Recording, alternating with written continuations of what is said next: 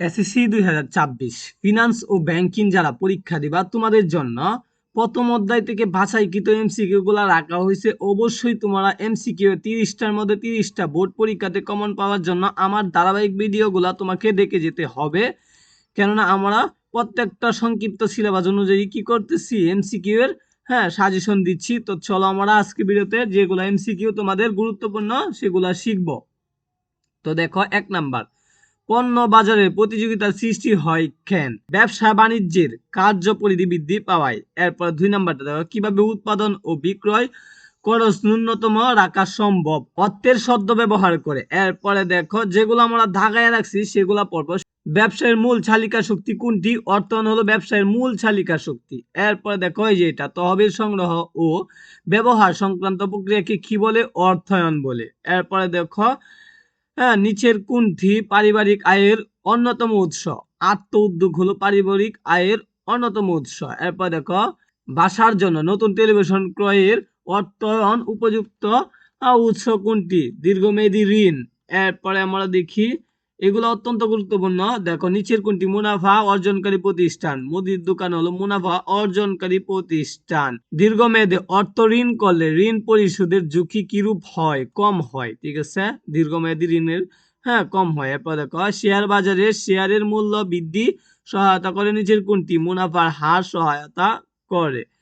দর্জি দোকান কোন জিনিসটি স্থায়ী মূলধন? সেলাই মেশিন হলো স্থায়ী মূলধন। এরপরে দেখো শিক্ষার্থী বন্ধুরা, পরবর্তীতে যেটা রাখা হয়েছে সেটা দেখি আমরা দাগাইল আছে। ঠিক আছে, তো দাগাইল গুলাই পড়বা। আর যারা এ প্লাস পেতে যাও তারা অবশ্যই সবগুলা এমসিকিউ কি করবা? মনোযোগ সহকারে পড়বা। সরকারি অর্থায়নের মূল লক্ষ্য কি? সরকারি অর্থায়নের মূল লক্ষ্য হলো সমাজ কল্যাণ। কোন ধরনের অর্থায়নে আয় অপেক্ষা ব্যয় বেশি? সরকারি অর্থায়নে আয় অপেক্ষা কি? ব্যয় বেশি। বুঝছো? এরপরে দেখো, বাণিজ্য ঘাটতি পূরণের গুরুত্বপূর্ণ ভূমিকা রাখে কোনটি? রেমিটেক্স। নিচের কোনটি অমুনাফাভোগী প্রতিষ্ঠান? হেতিমখানা একটি অমুনাফাভোগী। মুনাফা লাভের জন্য এটা প্রতিষ্ঠিত করা হয় নাই বা প্রতিষ্ঠানটা করা হয় নাই। ঠিক আছে, বাংলাদেশের সবচেয়ে জনপ্রিয় কারবার প্রতিষ্ঠান হলো এক মালিকানা। সবচেয়ে বেশি দেখবা বাংলাদেশে এক মালিকানা ব্যবসা রয়েছে। এরপর দেখো, ব্যবসায় লোকসান হলে ব্যক্তিগত সম্পত্তি হতে ক্ষতিপূরণ করা হয় কোন ব্যবসায়ী? এক মালিকানা ব্যবসায়ী। এরপরে দেখো, এক মালিক ব্যবসায় নিজের উপর লাভ হইলেও নিজের, লোকসান হইলেও নিজেরতেই চলে যাবে। সরকারের অর্থ ব্যয়ের সরকারের অর্থ ব্যয় করতে হয় রাস্তাঘাট উন্নয়নে। এরপরে সরকারি প্রতিষ্ঠানে আইন শৃঙ্খলা ও প্রতিরক্ষায়। তিনটা সঠিক হবে। এটাও দেখে নাও, সরকারের ব্যয় নির্বাহের জন্য প্রয়োজনীয় আয়ের উৎস কি কি?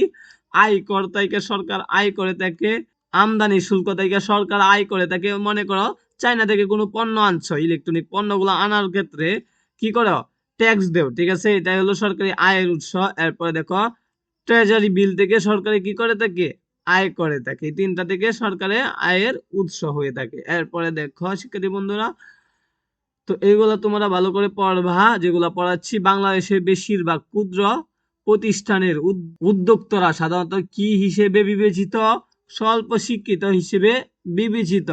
এরপর দেখো, জাতীয় আয় বৃদ্ধি প্রত্যক্ষ ভূমিকা রাখে কোনটি? উৎপাদনমুখী বিনিয়োগগুলা প্রত্যক্ষ ভূমিকা রাখে। এরপরে দেখো, তো নিচে চলছি আমরা যাচ্ছি। দেখো, নিচের কোনটি বাক্যটি সঠিক? এখান থেকে বাক্য কোনটা সঠিক এটা আমাদেরকে দেখতে হবে। তো এটাও তোমরা দেখে নিও। পরবর্তীতে আরো দেখি আছে কিনা। তো পরবর্তীতে আরো আছে কিনা আমরা দেখতেছি, যেগুলো দেখবা আন্ডারলাইন করা। যেমন এটা দীর্ঘমেয়াদী ঋণ প্রদান করে বিনিয়োগ ব্যাংক, বাণিজ্যিক ব্যাংক, ডিবেঞ্চার হোল্ডার। এই তিনটা তোমাদেরকে ঋণ প্রদান করে। আর্থিক ব্যবস্থাপনা কয় ধরনের সিদ্ধান্ত? আর্থিক ব্যবস্থাপনা 2 ধরনের সিদ্ধান্ত। আয় সিদ্ধান্তের অপর নাম হলো অর্থায়ন সিদ্ধান্ত। আচ্ছা, পরে দেখি, নিচের কোনটি শেয়ার বাজারের শেয়ার মূল্য বৃদ্ধিতে সহায়তা করে না? ঋণের হার সহায়তা করে না। ঠিক আছে, এরপরে আমরা দেখি আরো দেখা লাগছে, যুক্তরাষ্ট্রের চরম মন্দা ব্যবস্থা শুরু হয় কখন? 30-এর দশক থেকে। অর্থায়নের সনাতন ধারা কোনটি? 1950 থেকে 1960 দশক। এরপরে আধুনিক অর্থায়নের যাত্রা শুরু হয় কত সালে? 1960 সালে। এটাও গুরুত্বপূর্ণ, পড়ে নিও। এরপরে আমরা দেখি আরো আছে কিনা। তো তোমাদের জন্য এগুলাই রাখা আছে। তো প্রত্যেকটা অধ্যায় থেকে আমরা ভিডিও দিব। সরকারি অর্থায়নের আয়ের উৎস কোনটি? Treasury bill. সরকারি অর্থায়নের আয়ের উৎস ট্রেজারি বিল। কোন ধরনের অর্থায়নে আয় অপেক্ষা ব্যয় বেশি? সরকারি অর্থায়নে আয় অপেক্ষা ব্যয় বেশি। বিদ্যালয় কোন ধরনের প্রতিষ্ঠান? বিদ্যালয় হলো সামাজিক প্রতিষ্ঠান। তহবিল সংগ্রহ ও ব্যবহার সংক্রান্ত প্রক্রিয়াকে কি বলে? অর্থায়ন বলে। ব্যবসায় তহবিল বিনিয়োগের মূল উদ্দেশ্য কোনটি? তহবিল বিনিয়োগের মূল উদ্দেশ্য হলো মুনাফা অর্জন। কম্পিউটার অধ্যায়ের সূচনা হয় 1970 দশকে কম্পিউটারের সূচনা হয়। আচ্ছা, এরপরে মুনাফা বৃদ্ধির জন্য বিনিয়োগ বেশি হলে কোনটি হয়? তারল্য ঘাটতি হয়। একটি পরিবারের আয়ের উৎস কোনটি? চাকরি হলো পরিবারের আয়ের উৎস।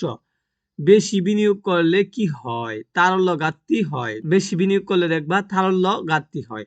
পাবলিক লিমিটেড কোম্পানি কর্মসংস্থানের মূল উৎস হলো শেয়ার বিক্রি করা। শেয়ার বিক্রির মাধ্যমে পাবলিক লিমিটেড কোম্পানি আয় করে থাকে। আন্তর্জাতিক অর্থায়ন কি?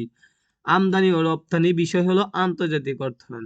সরকারি ব্যয়ের খাত নয় কোনটি? আয়কর সরকারি ব্যয়ের খাত নয়।